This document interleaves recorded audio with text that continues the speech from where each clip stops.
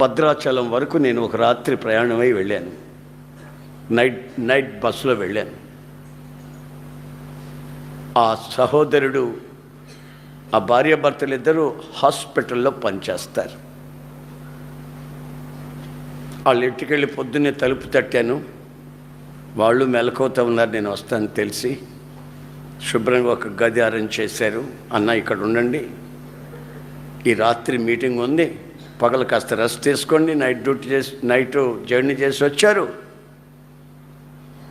నేను డ్యూటీకి వెళ్ళిపోతున్నాను, నాకు సెలవు ఇవ్వలేదు, ఈయన గారేమో అరేంజ్మెంట్లు చూస్తున్నాడు, మాకు ఇక్కడ ఎవరు లేరు, మరి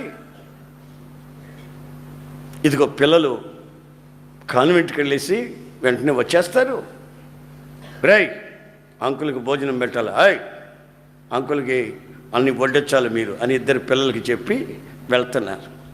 నేను వాళ్ళని పిలిచి ఆ పిల్లల్ని చూసి, ఆ పిల్లలు ఎట్టున్నారు, ఇలా తాకితే మార్చిపోతారేమో అన్నట్టున్నారు. మార్బల్ స్టోన్ లాగా, పాలరాతి బొమ్మల్లాగా ఉన్నారు పిల్లలు. నేను వాళ్ళు పిలిచి, ఎంత చక్కటి బిడ్డలు ఇచ్చాడయ్యా దేవుడు మీకు, వాళ్ళు చూస్తేనే కడుపు నిండిపోతుంది అన్న కాసేపు ఉండండి, మీకు వాళ్ళ సంగతి తెలుస్తుంది అన్నారు.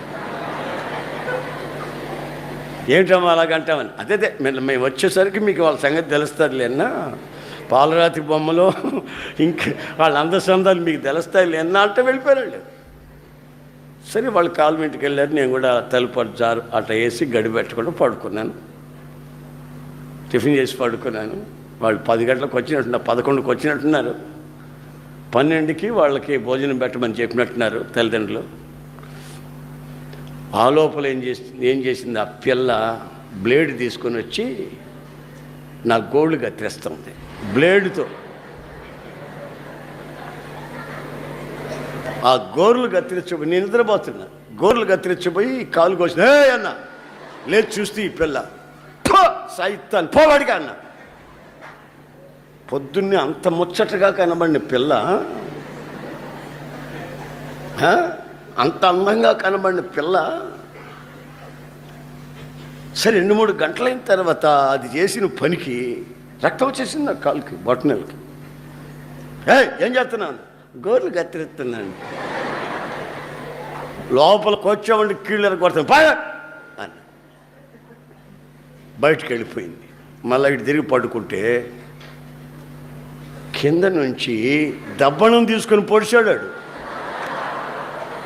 కింద చూసే కుక్క ఏమో అని చూస్తే కుక్క కాదు, ఈడు దబ్బణం తీసుకొని పొడుస్తున్నాడు నన్ను ఈ మీద. ఇక జుట్టు పట్టుకుని కస లాగి తలుపు అవతలు పెట్టి తలుపు గడి పెట్టుకున్న వాళ్ళు తల్లిదండ్రులు వచ్చేంత వరకు తలుపు తీల. ఇక అన్నం కూడా నాకు అక్కర్లేదు బాబు, వీళ్ళిద్దరు పిల్లలు కాదు, వీళ్ళిద్దరు రాక్షసులు అంటున్నారు. ఎక్కడుందండి అందం, ఎక్కడుంది నాకు అర్థం కాదు. అందం ఎక్కడుంది, ఆ వయసు మీద కొంచెం అందంగా అనిపిస్తారు అంతే. అది తెలవక ఈ దద్దమ్మలకి, అది తెలవక ఈ మనుషులకి, అబ్బో ఒక్కొక్కడు దేవదాసు అయిపోతాడు.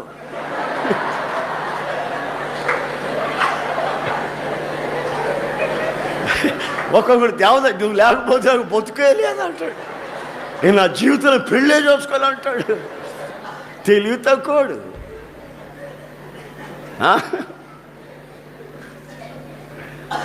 చాలామంది ఈ మగాళ్ళు కానీ ఆడపిల్లలే కానీ అదేం ప్రేమో అదేం కానీ మనకి అర్థమైతే కాదు.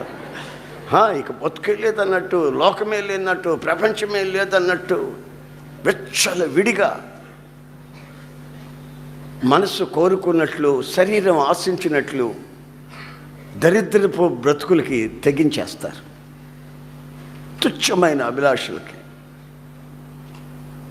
అయితే బైబిల్ అంటుంది, నీవు చంద్రబింబమంత అందాన్ని సంపాదించాలి, ఎంతసేపు చూసినా ఆ అందం తరగకుండా ఉండాలంటే గుణం అనే అక్షయ అలంకారం నువ్వు పొంది ఉండాలి.